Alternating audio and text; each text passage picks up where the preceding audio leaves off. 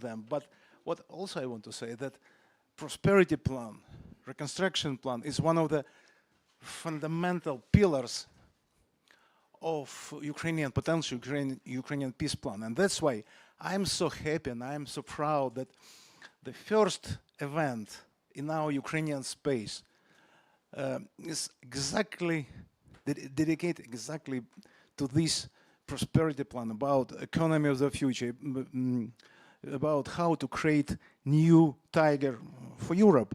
And we have fantastic panelists, the leaders of the main financial institutions on the globe and members of Ukrainian government. And we have fantastic moderator who is a great friend of Ukraine.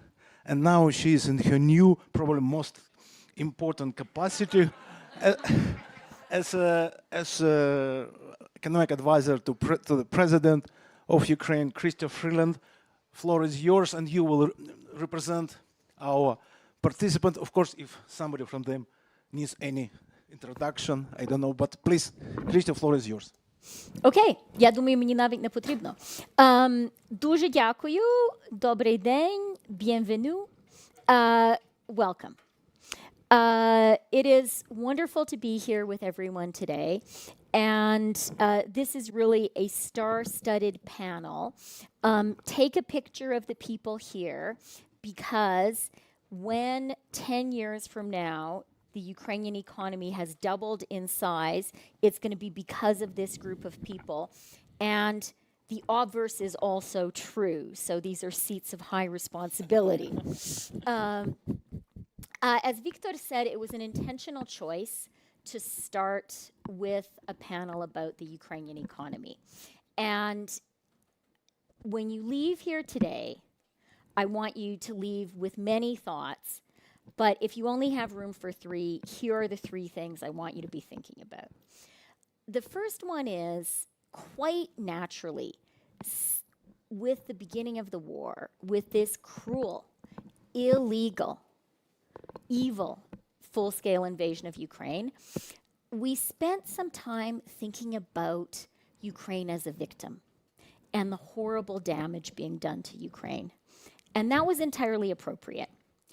But today is a day I want us to start thinking about Ukraine as an opportunity.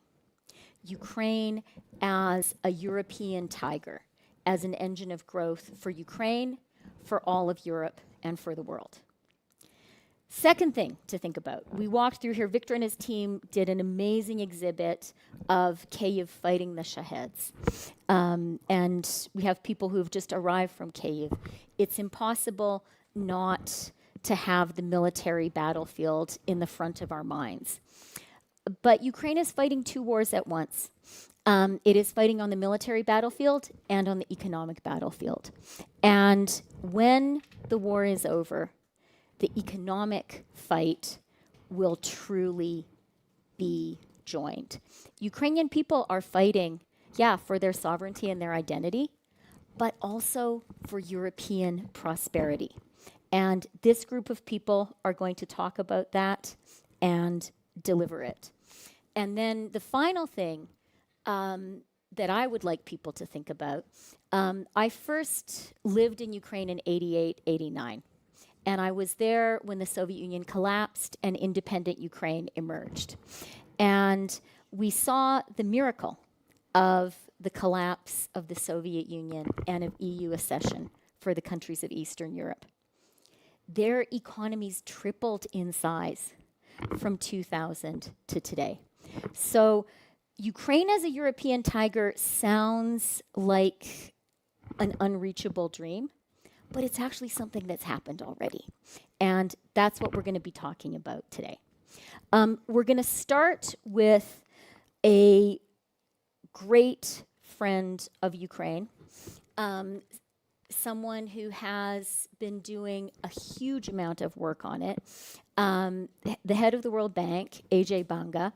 And to give you a sense of how engaged these guys are in Ukraine, they have a special train that goes to Kyiv every week full of World Bank people. They are there, they're on the ground, and they have been working on a prosperity plan for Ukraine. Ajay, what is happening in Ukraine and what does Ukraine need to do? So first of all, thanks for having me and congratulations on your new role.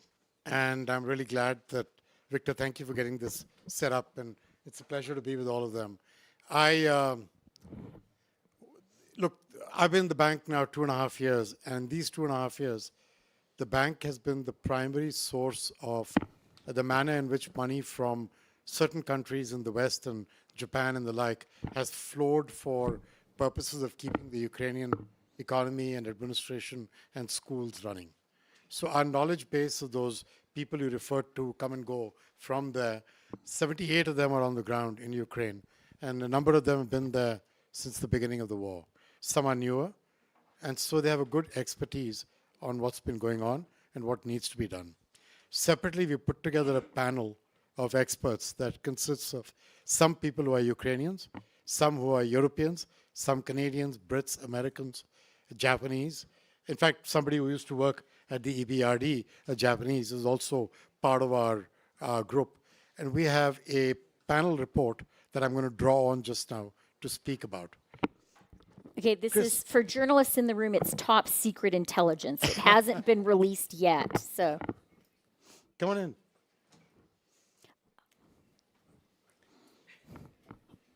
We just started. I just started off. She's fresh from Ukraine anyway, so literally a few days ago. So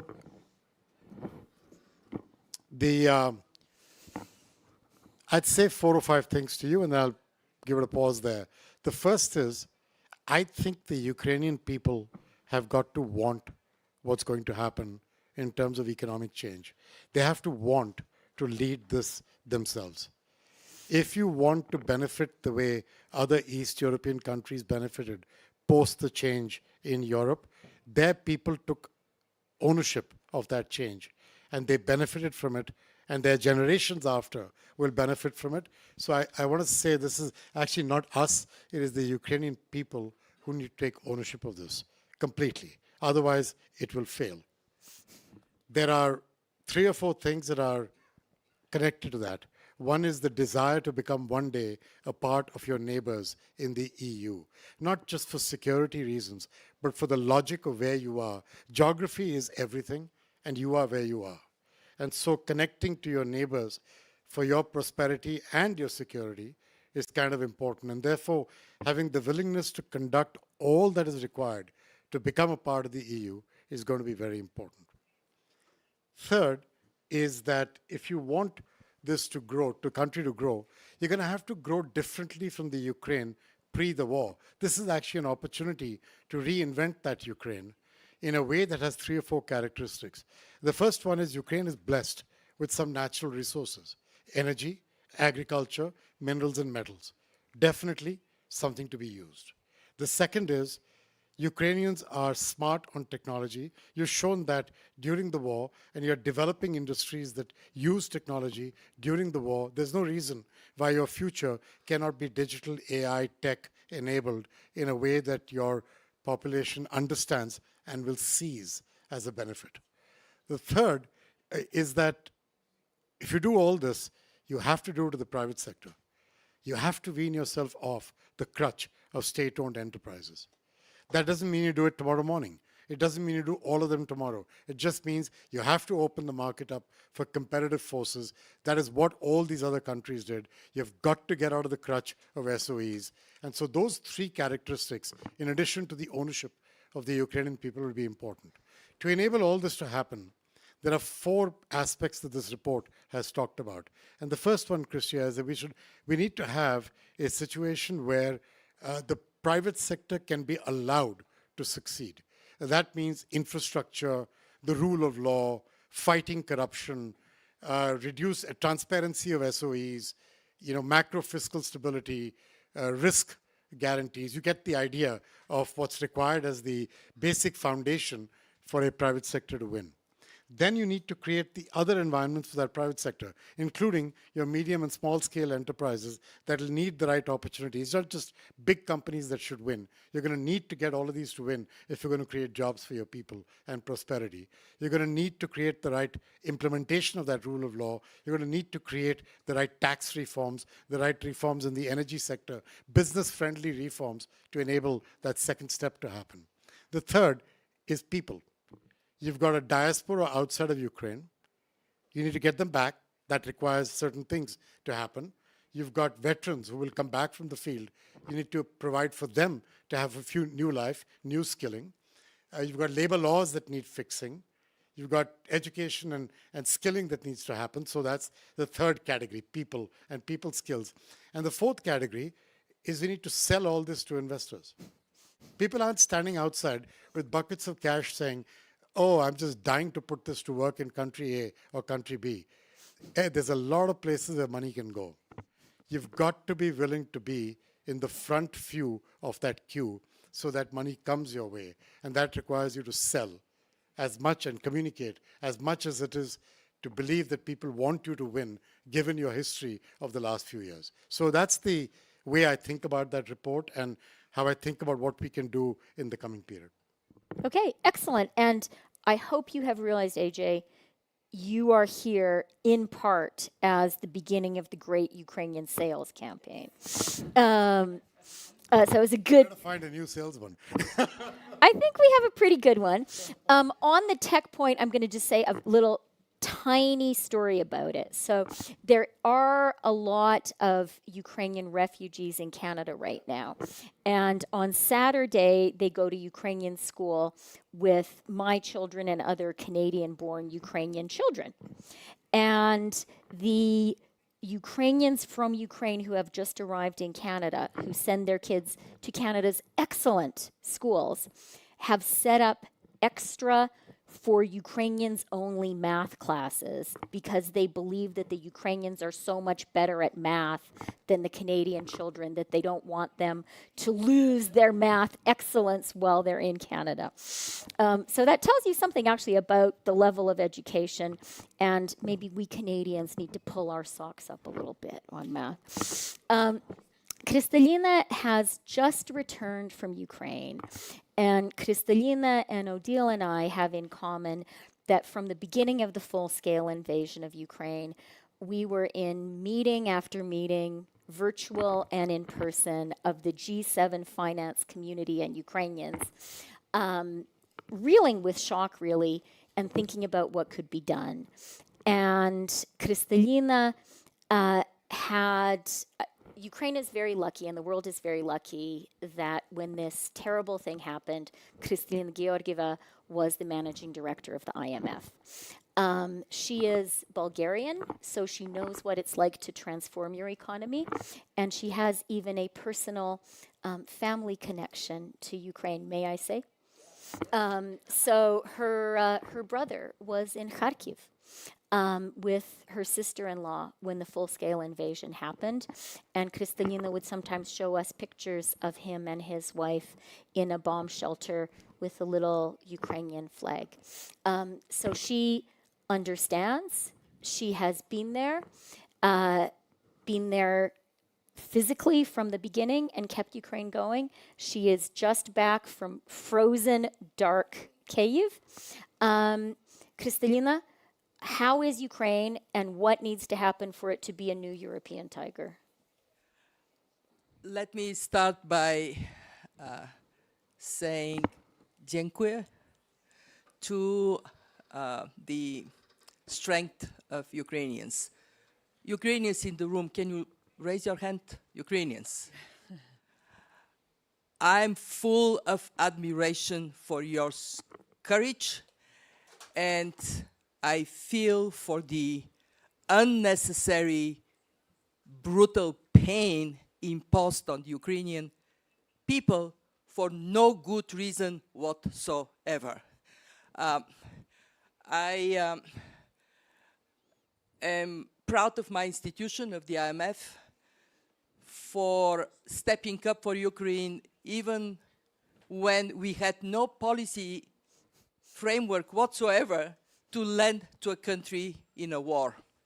And we worked to make to change our policies so we can support Ukraine, not only with the funding that the IMF directly provides and the reforms we support, but because we serve as an anchor for the friends of Ukraine to have the confidence that they're putting their money in a place where it would make a positive difference. Under the first program of the IMF, we mobilized 150 billion euros. And I'll tell you a small anecdote. So we are in April, after the war started in Washington. We have the spring meetings.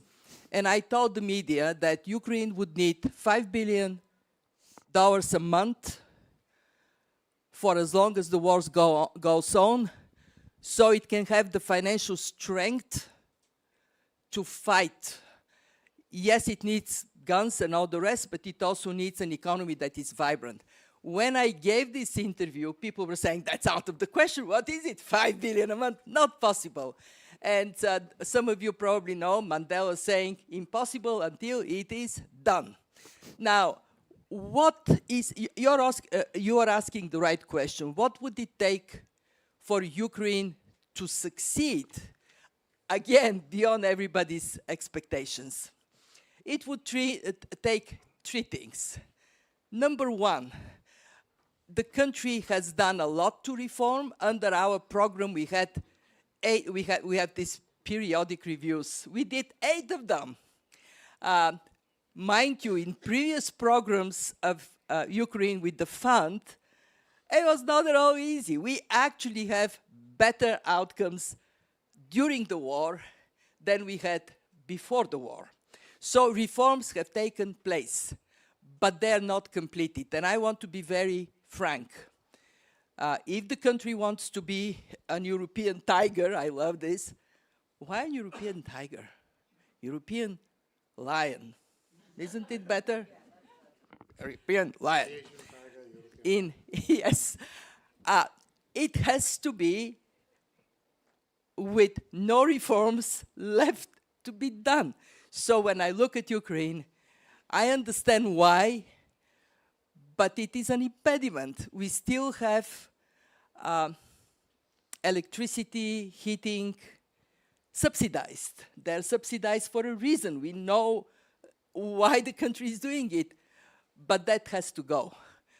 We still have, in terms of fiscal position, work to be done. We are right now looking into how we can make the burden sharing of taxation fairer.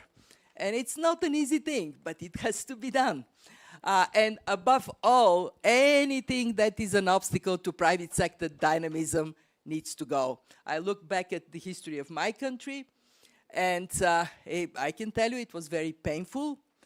After the euphoria of communism being gone, came the harsh reality that bringing the economy up to par takes a sacrifice. So that is number one.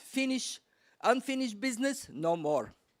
Number two, it is incredibly important that Ukraine completes the accession to the European Union in a good, rational time frame, because this is a magnet for the Ukrainian economy to truly fully integrate within Europe, and it is a stamp of approval that you have done it, that Ukraine has done it.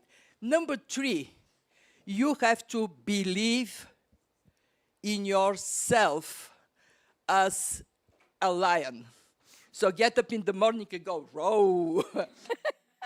Confidence matters. And I'm telling you from my experience, Bulgarian experience, it's not going to be easy. But if you have that confidence and you demonstrate that confidence day in, day out, if you leave aside internal wranglings, if you bury the core of corruption forever, of course you're going to succeed. And yes, I know that the two things that would make a difference in business are going to be security and it's going to be labor. I met with business leaders when I was in Kiev, and we looked at surveys, and it's amazing. Some would put access to labor above security as a problem that needs to be solved. So the country, the population shrank, how we get people back, how we get the best out of those that are there. Unemployment still exists in Ukraine. Why? Because of skills mismatch, how we integrate the people who would come from the army. These are all very practical questions, and you can count that we will be there with you to solve them. My impression from Kiev is very straightforward: cold, dark, much worse than when I was in 23. But functional. Streets are clean, traffic lights work, people do their daily jobs, and they don't moan, they don't complain. And that is incredible. This is why my admiration for Ukraine has only grown after being there. I visited the power plant. Oh my goodness, how can you be so cruel to bomb a power plant in the worst winter and leave people with no heat, leave kids with no chance to go to school? But it was done. And what did Ukrainians do? They didn't moan, they didn't complain. They rolled their sleeves. They restored access to 75% of those that relied on this power plant within 14 hours. It's unbelievable. I asked them how they felt. Do they feel pride of what they have done? And the answer was, well, it's a mixed feeling. We are proud of what we do for our people, but we are frustrated. Why are our skies not protected? And I can tell you, I brought that message loud and clear that this is wrong. There has to be a shield over Ukrainians. To lighten up the conversation, talking about smarts, yes, our kids are smart. So I went to the United States with my daughter in tow. She was 13. So she went to school, to American school. And like 3 weeks later, I was called to the school. And my daughter was very worried. Oh my, because in Bulgaria they call you to school. It's only bad news.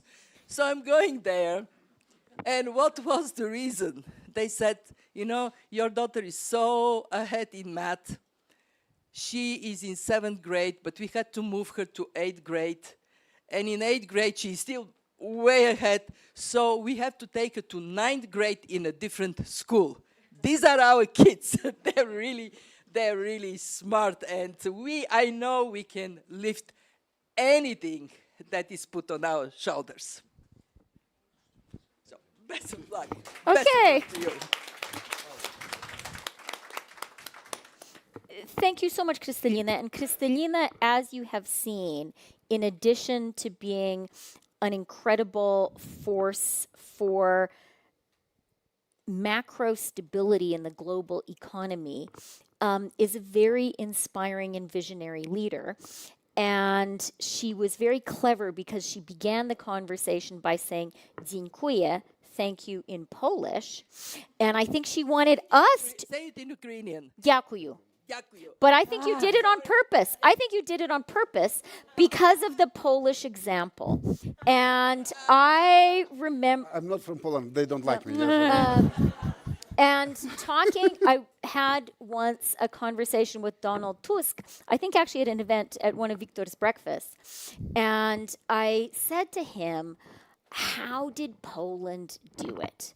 It used to be when the Soviet Union collapsed, crossing the border between Ukraine and Poland, not that big a difference. And today, it's huge. So how did the Poles do it?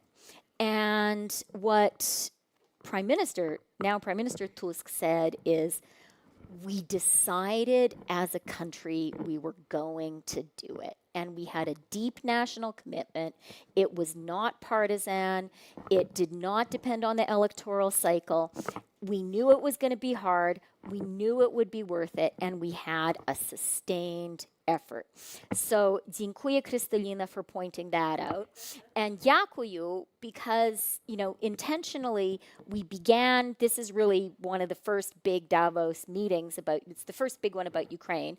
And we began on purpose about the economy. But as Kristalina pointed out, at the end of the day, there needs to be skies that are protected, a country that is no longer being invaded, a country that is no longer at war. And that is the foundation for everything. Okay, over to Odile. And in these meetings that Kristalina and I were at from the very beginning, Odile was there also in different capacities. Premièrement avec le ministère des Finances de la France, and now at the EBRD. And she now leads an institution that has probably the most specific, directed experience of helping countries in that transition from communism to a flourishing European market economy. It's the whole reason the EBRD exists. I'm old enough to have been there when it was set up to guide this.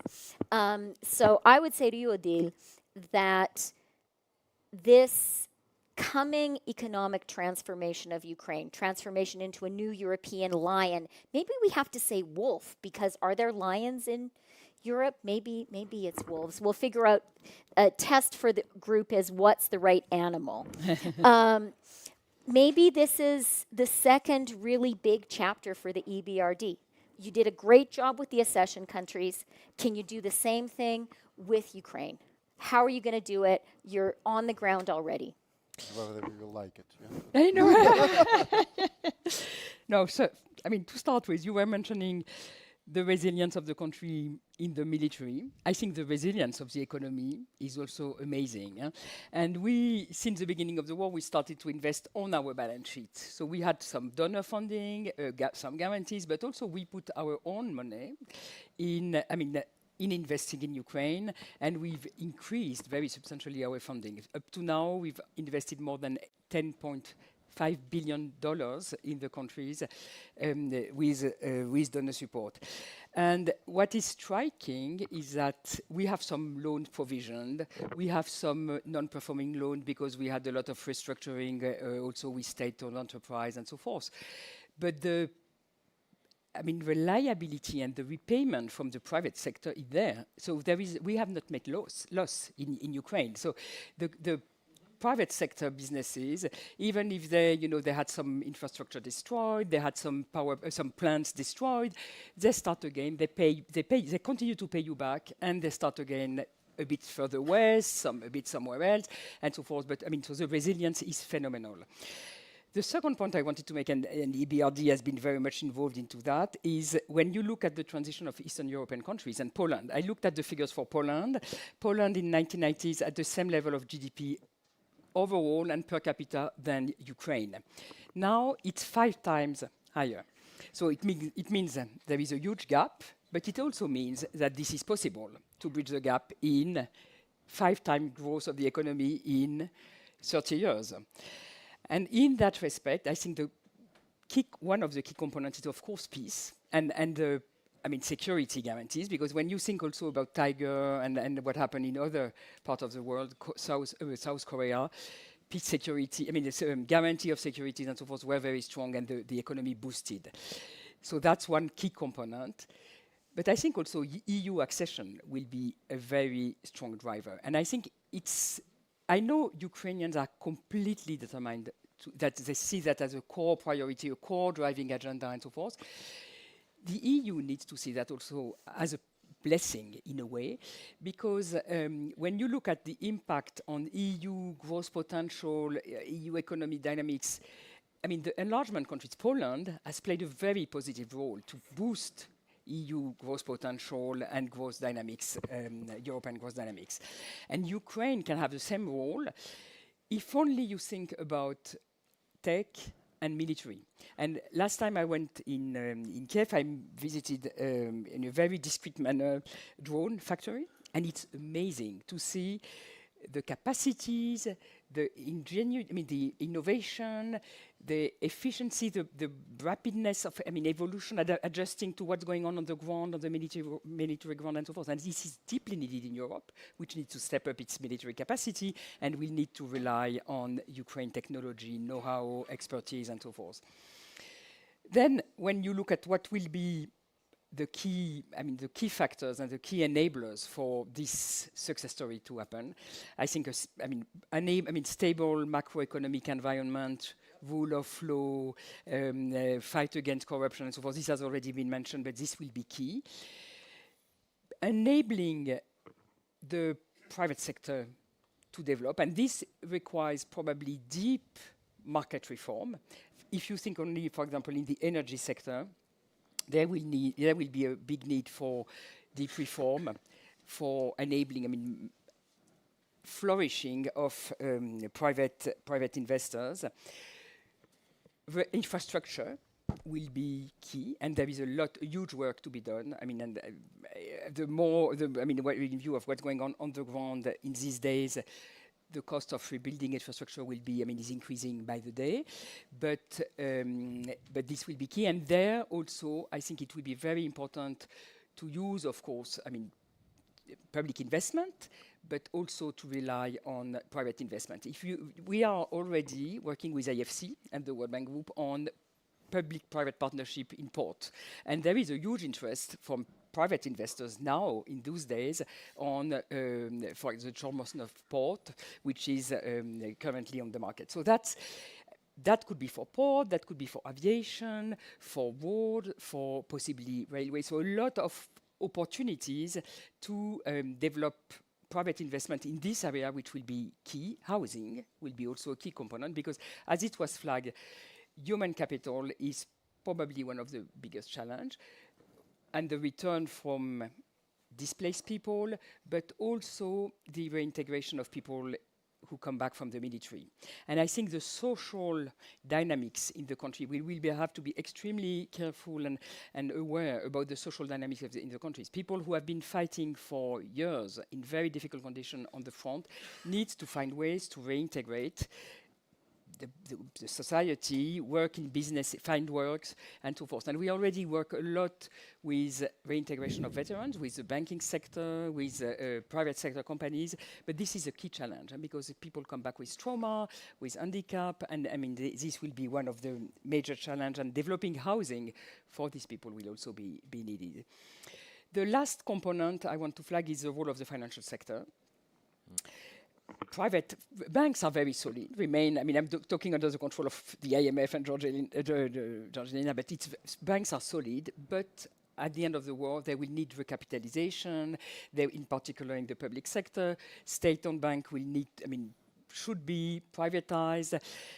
You need to have capital market reform, and we are working on capital market vertical integration so as to allow also capital market funding and so forth. So this is a key component that needs to be prepared and to be now and to be deployed further. So I think it's last comment I want to make is that we've been since the beginning of the war very much focusing on what can be done now, and I think it's still very important to continue to support and provide emergency support, address the urgent challenges and so forth, but thinking about how to prepare and how to already put in place the key components for the reconstruction is very much needed, and that's why I very much appreciate this conversation.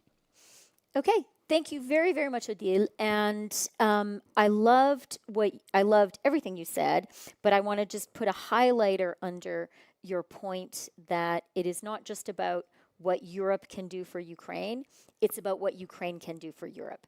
And I think part of the big paradigm shift we need to have is to move from thinking about Ukraine as a philanthropic exercise and to seeing Ukraine as a powerful engine for Europe for the reasons you have outlined.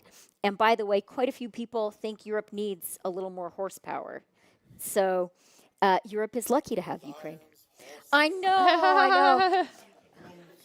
Okay, and now we're going to bring in another animal because of leapfrog. Taras's last name, Kachka. Yeah, so that's this is actually a good example. Yeah, so so we And- know the goal. So someone thinks that we do not rush, but in reality we do our work. Yeah, so that's yeah. But I think that talking about animals, I think that there was an animal that was mentioned already on highest political level by Commission President Ursula von der Leyen. This concept of porcupine. Yeah, so that's the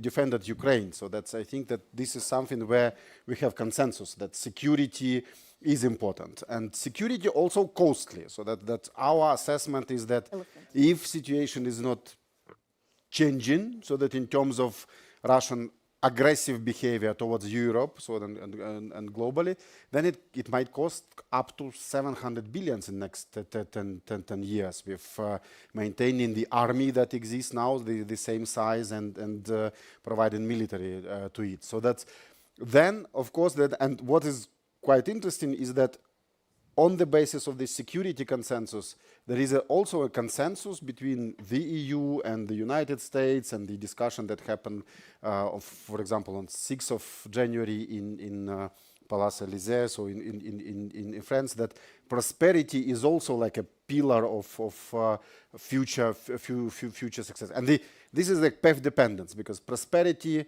depends on security. Other things that our prosperity depends on are reforms, and this is like the word that is too abstract. Yeah, so reforms is that when you like change yourself, and Ukraine is changing herself, so that by defending ourselves. And these changes are not like an office PowerPoint. This is rather repairment of power station. Yeah, so that you have like with. It's like cold, ice, that's steel, and you repair in order to deliver electricity to people. So that's why, and this is exactly what we are doing. So that's something. What I always highlight is that definitely, that all you are saying is that Ukraine will need to do reforms, but we are doing reforms. Yeah. Sometimes to our own irritation, so that this is what we see in Parliament, because Parliament is saying we adopted this anti-corruption law and they are applicable against us, so that's why, how come? Yeah, but I think that this is the bravest thing that politicians can do, that's to apply the laws they adopted to themselves. Yeah, so that's why I think that what happens in Ukraine, and Ukrainian Parliament is bravest things. But we need to consolidate this, and there is also good consensus of this, EU accession. So that EU accession, I have, for the moment, as a Deputy Prime Minister responsible for European integration, all to-do list. It is incredibly long, yeah? So it's like 500 measures on rule of law, 1,000-page table on everything else, yeah? So like statistics, energy, environment, so on. But this list is very complete. And what we discovered is that in majority of these areas, we are on the final miles of these reforms. Even in rule of law, people believe that, we still need to do a lot of things, but in reality, we are at the end of generational reform on rule of law, which started in 2016 with review of our constitution. And last year, we selected several hundred of judges, new judges, selected according to the procedures that are trusted by our partners. This year, it will be another 2,000, even more judges to be selected. So that's why we are advancing here, and we want to consolidate, and that's why EU accession here is a very exact to-do list. Yeah, so that, and definitely we are not starting, so that we really advancing on many areas. Another, so the last pillar, yeah, so it's about on the future success is access to finances, yeah, and here as well we have a consensus. This is something where what we are working together with Oleksii and our colleagues, together with U.S. government, BlackRock, EU Commission, and some other people, and the circle is evolving about how we see this financial support. And I think that if these three things that where we have consensus will come in like into fruition, so that they are implemented, then I think that we will definitely have all Ukrainian people turn back to Ukraine, because this is like something like a sine qua non for economic transformation. This is also like a part of model, so that we need at least half of the people who left Ukraine to turn back to Ukraine, but preferably all of them, yeah, so that, and maybe not only Ukrainians, but some Europeans, like UK citizens are now moving to Poland, yeah, so that's because it's more attractive, so maybe Ukraine is a destination for all of you. But what is important is that we are serious now, so that we usually, you know, that Ukrainian government is criticized that, you know, that you had a 1 trillion GDP presentation, PowerPoint presentation 2 years ago or 3 years ago and so on. But now what I see is that all of you are absolutely serious. Yeah? It's about actual implementation of all the things. These are not like very, very general thinking, abstract thinking. So, and reforms we are doing are absolutely serious, and no one is questioning this thing. So this scenario is clear, and what is important is that definitely we are not saying that, we are saying about perspective for 10 years, yeah, that's to double GDP in 10 years. But the to-do list is about now. To-do list is about 2026, 2027, to access to the EU as soon as possible. If the EU itself is saying that 2028 we can complete negotiations, then it means even they believe that this is feasible. So that's why I think that now we are very close to really deliver this promise to Ukrainian society about the economic prosperity, and it means that we are all serious and we are doing things now. We are not only promising and not only planning. This is something that is happening here and now, and I think that our panel is also perfectly timed, because I think that in the course of this World Economic Forum there will be other events, and I know that it's like slow teaser on this topic, and you will see that this is something that is like really related to the actual processes that happen in Brussels and in Washington and elsewhere, and in Kyiv as well. Thank you. Okay, Tarase, yeah, дякую. And for the non-Ukrainians, Taras's last name means duck. That's why the animal. I just want to say one thing. Throughout the first program of the IMF, every time I would present what has been achieved, I would start by saying Ukraine has earned every penny of support it receives because it does its part, because it pushes on the anti-corruption front, because it pushes on reforms. And now when we are going with the second program, this is what we want to anchor bringing finances to Ukraine. Ukraine has earned every penny of support it has gotten. Okay. Okay, Oleksii, no pressure, but now you have to show how Ukraine is going to earn every penny of the money it needs for the renewal. Proszę. Thank you. Easy. So what I wanted to say is that many points have already been raised. So I think this discussion, whether it's real or not, is exactly how it was said. Like, it's impossible until it's done, right? So both the security and the economic prosperity are interdependent, and through the security that we provide also to ourselves. So, and here some math. So this 700 billion that Taras referred to are kind of off budget defense expenses, and like the similar amount, like 500 plus across the next 10 years, should come from Ukraine's own budget, which means that the budget should be sufficient enough, right? So how do we do that? Like we can we fight corruption, we increase the white economy, we collect more taxes. But right now, if you look, Ukraine is distributing around 50% of its GDP. So like it, as Kristalina says, like we earn and we do our share, right? So we need to grow economy to be able to sustain security that will allow to grow economy. That's how it's a kind of chicken and egg thing that we need all to be very serious about. And it's endeavor in this like hundreds of billions. And if you put them into one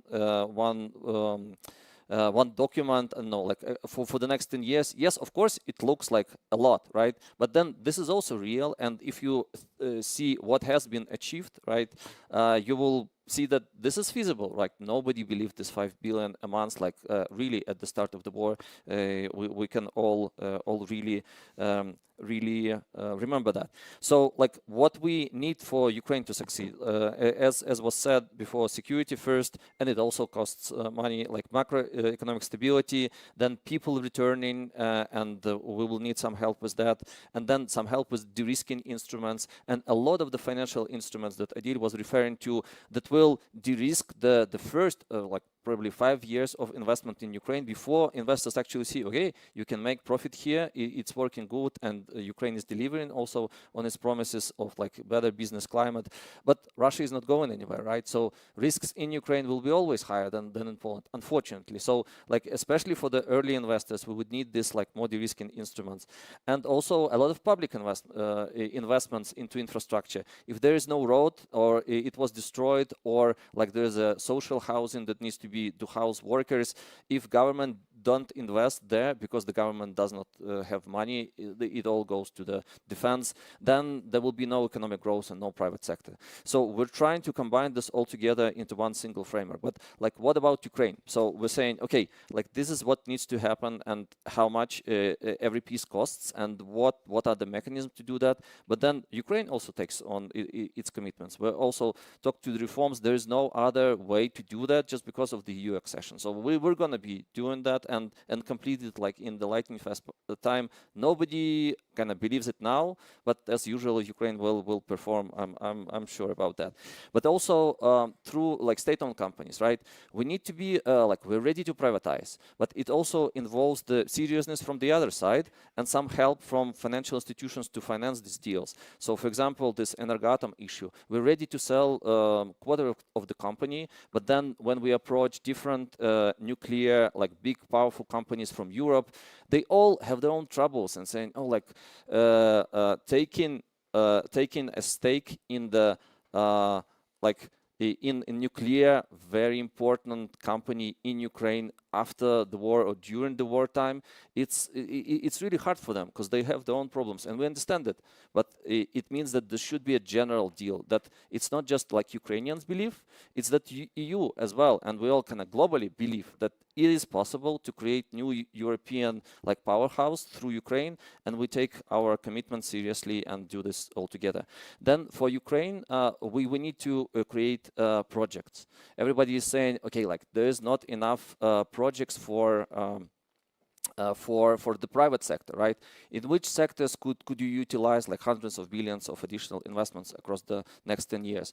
So yes, this is real challenge, especially with people that are not present in the country. So people should be returning, we should be retraining them. There's also kind of funds required for that, and then they will be working in some new economy. So like AI hyperscalers, we're discussing this like very extensively across the last half year, and it is actually feasible. We have nuclear, we have a lot of like green energy that could be built. EBRD does a special financial instrument for more like scaling the green energy. So like we can actually do that, and then the capacity for projects will grow, right?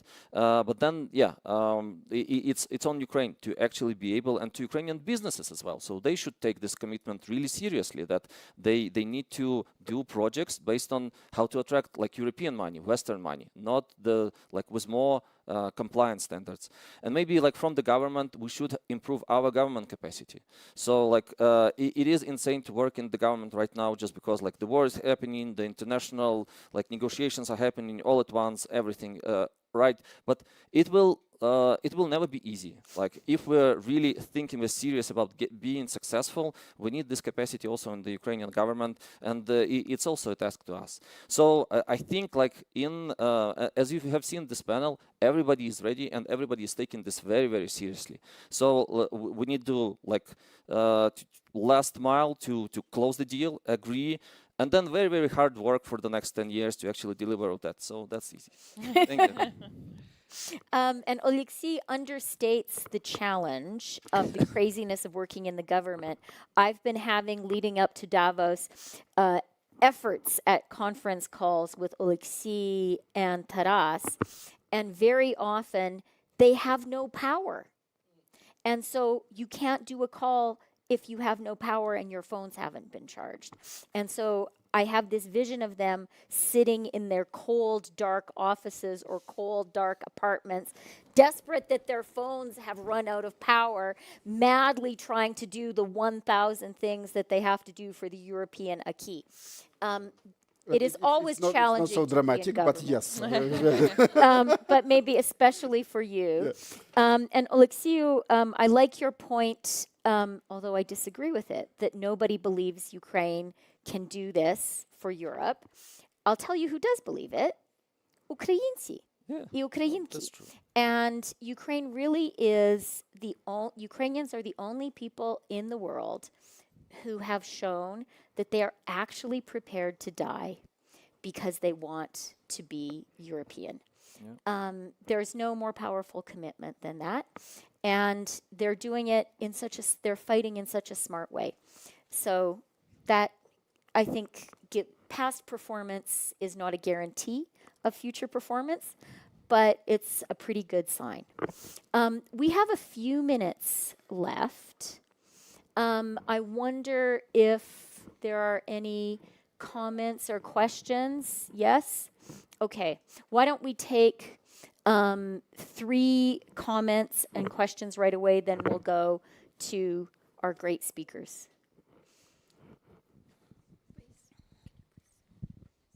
Thanks very much. Thank you. Mark John from Reuters.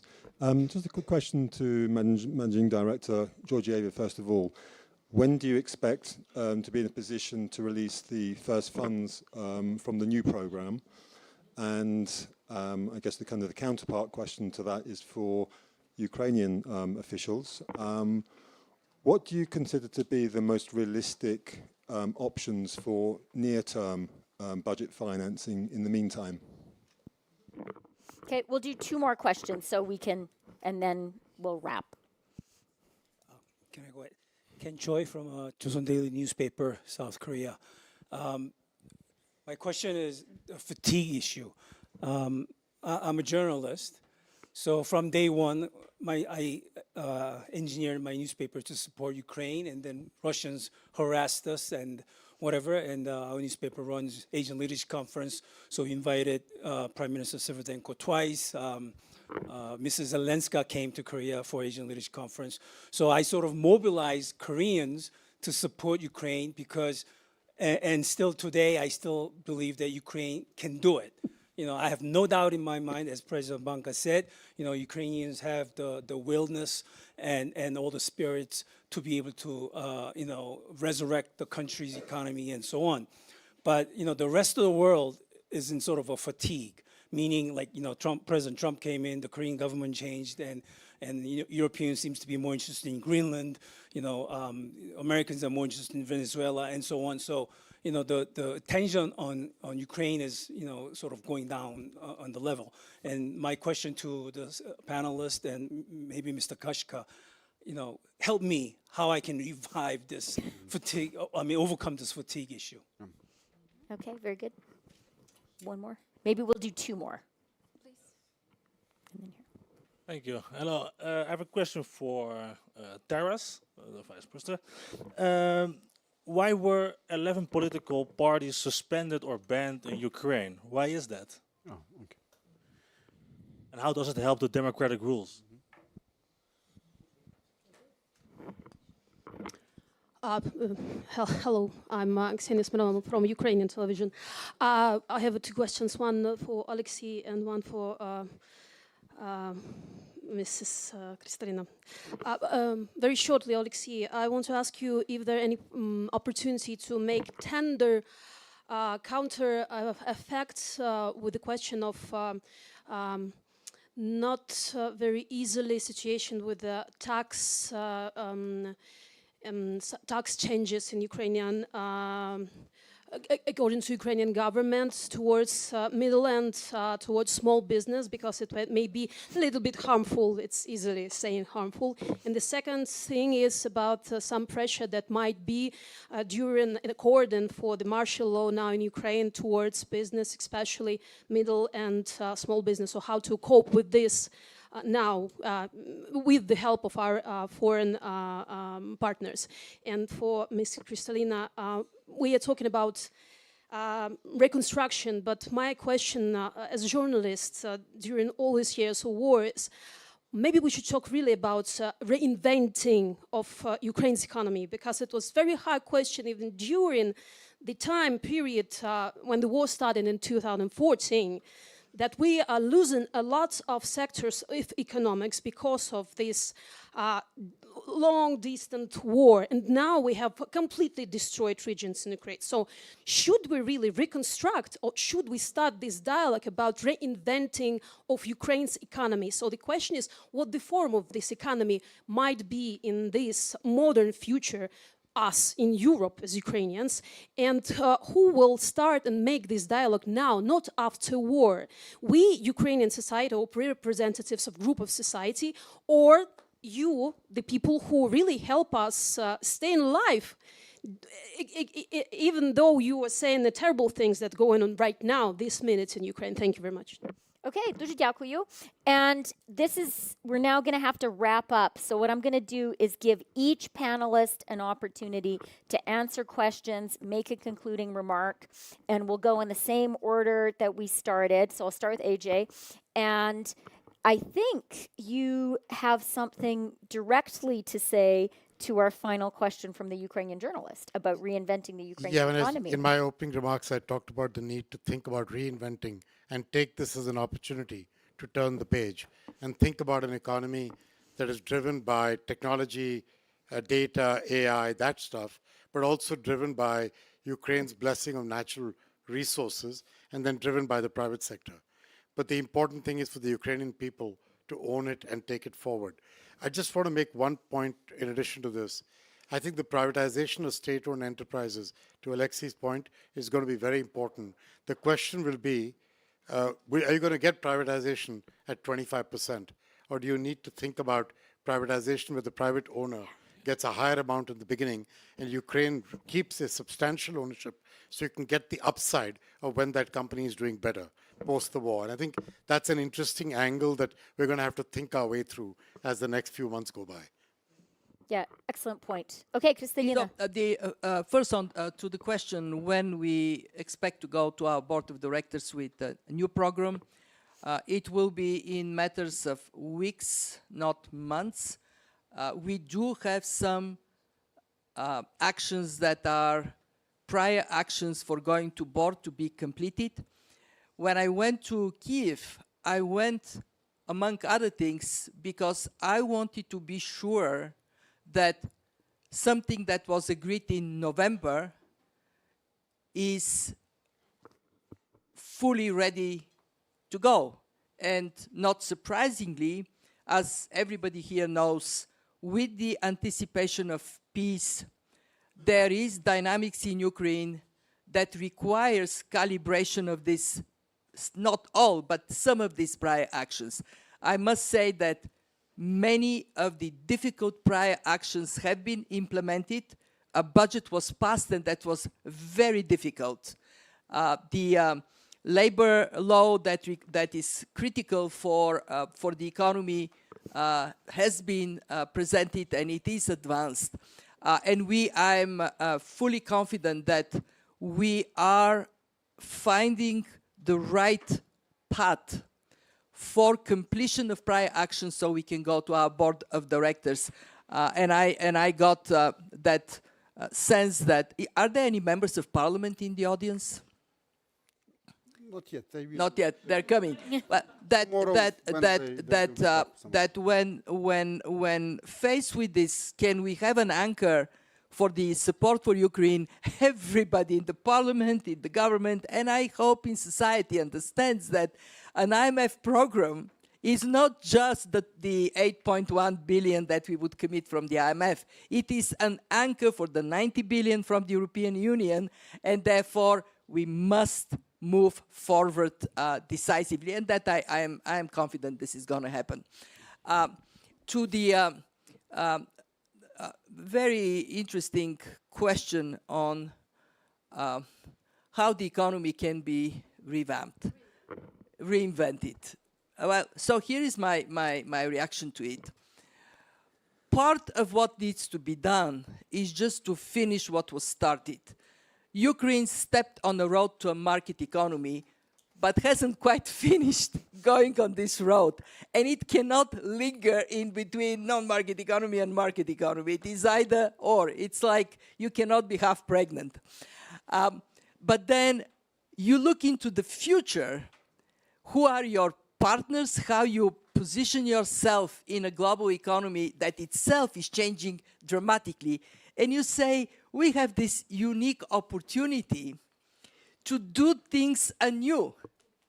And we can turn this into a strength. And I want to praise Ajay, who took very much to heart exactly the answer to this question, how to revamp the Ukrainian economy for prosperity of the people in the country, and actually for the benefit of Europeans and everybody who is in economic relations with you. Okay, Odile. On fatigue, I think Europeans are, you mentioned European fatigue, I think Europeans deeply understand that Ukraine is key for the security, and European decision-making is sometimes complex, long, protracted, and so forth, but at the end of the day, they will continue to support Ukraine. I think that the 90 billion package shows the depth of the commitment in order to be able, in order to bring what is needed for Ukraine to sustain the war. On the reinvention of the economy, I think that Ukraine has a very strong economic strength. The agribusiness, it's very traditional, but it's a big strength you need to rely on to reinvent, to transform, but you need to build on that. You need to build on the manufacturing capacities. You need to build on the tech capacities, AI, the defense will be a key part of the recovery. And so I think that it's transforming, it's not, throwing away all the key strengths, but really building upon them.